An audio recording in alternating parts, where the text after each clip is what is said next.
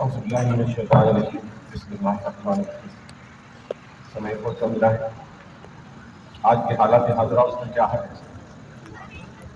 اس وقت ہندوستان کے اندر 110 کروڑ لوگ جو ہمارے خونی رشتے کے بھائی ہیں جہنم کے بارڈر پہ کھڑے ہیں.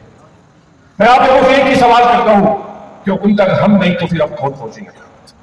تو آپ کے میں اپنے بھائی نہیں ہیں. بات کرنا ہم نے ان بھائیوں کو 50 سال کے اندر اذان کا میننگ بھی سمجھا کر نہیں بتا سکتے. کتنے لوگ ہم سے سوال کرتے ہیں کہ تم اذان میں بار بار اکبر بادشاہ کا نام کیوں لیتے؟ اگر کاش ہم ان بھائیوں کو 50 سال کے اندر اذان کا میننگ بھی سمجھا کے بتا دے تو معاف کرنا یہ بابری مسجد شریف نہیں کرتے.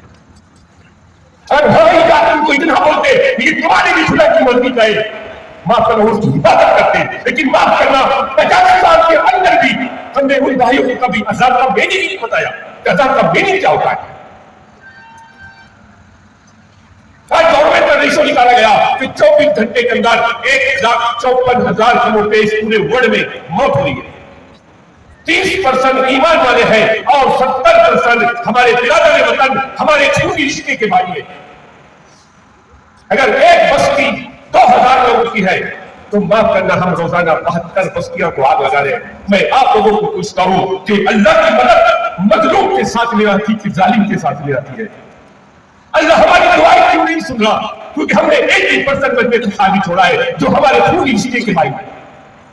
اس کی مثال تو ایسی کی ہے کہ ہمارے والد نے ہم نے کہا کہ بیٹا تجھے 100 ایکڑ کا ایجوکیشن کرنا پڑے گا, لیکن ہم سے غلطی یہ ہوئی کہ ہم نے اونلی 30 ایکڑ کا ایجوکیشن کیے اور ہم نے 80 ایکڑ زمین کو بنجر ڈال دیا.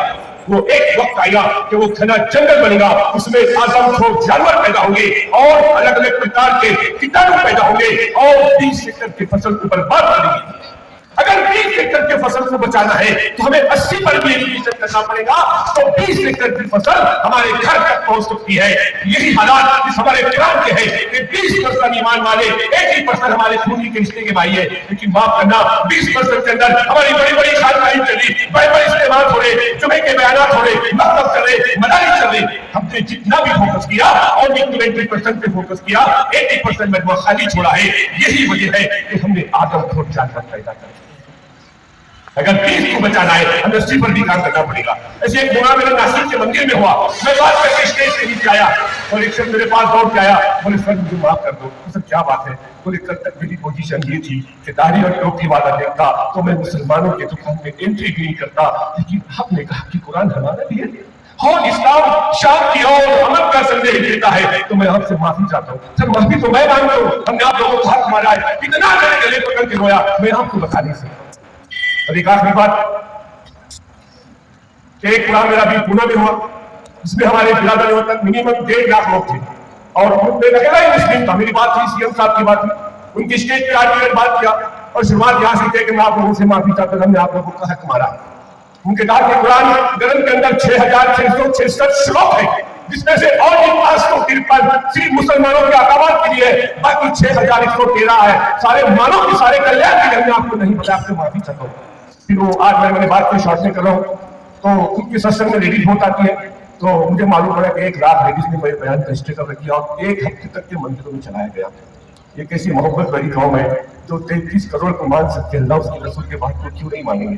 اور ایک آخری درخواست ہے, اس وقت ہمارے برادر وطن کو ہمیں مسجد کا تعارف کرانا پڑے گا, انہیں مسجد میں بلانا پڑے گا. ہمارے بہت سارے کاریکرموں میں مسجد پڑی چاہیے.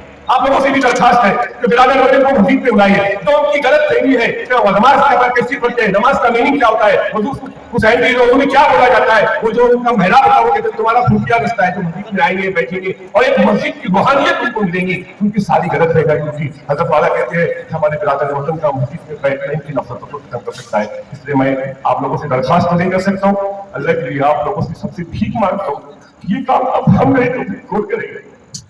کیا یہ لوگ آپ کا میرا گریبان نہیں پکڑیں گے اللہ کے پاس کہ اللہ یہ مسلمان اچھے دوست تھے, اچھے پڑوسی تھے, کبھی انہوں نے یہ نہیں بتایا کہ مرنے کے بعد کیا ہوگا؟ کہ ہم کو جنت میں جانے دیں گے؟ میں اللہ کے لیے آپ لوگوں سے بھیک مانگتا ہوں, ان تک کی محبت کا پیغام پہنچاؤ. دعا کرتا ہوں الحمدللہ رب العالمین. جزاکم اللہ, ماشاءاللہ ماشاءاللہ. یقین محکم عمل پہ ہم محبت فاتح عالم, یقین محکم عمل پہ ہم محبت فاتح عالم. اس کے بعد کیا ہے؟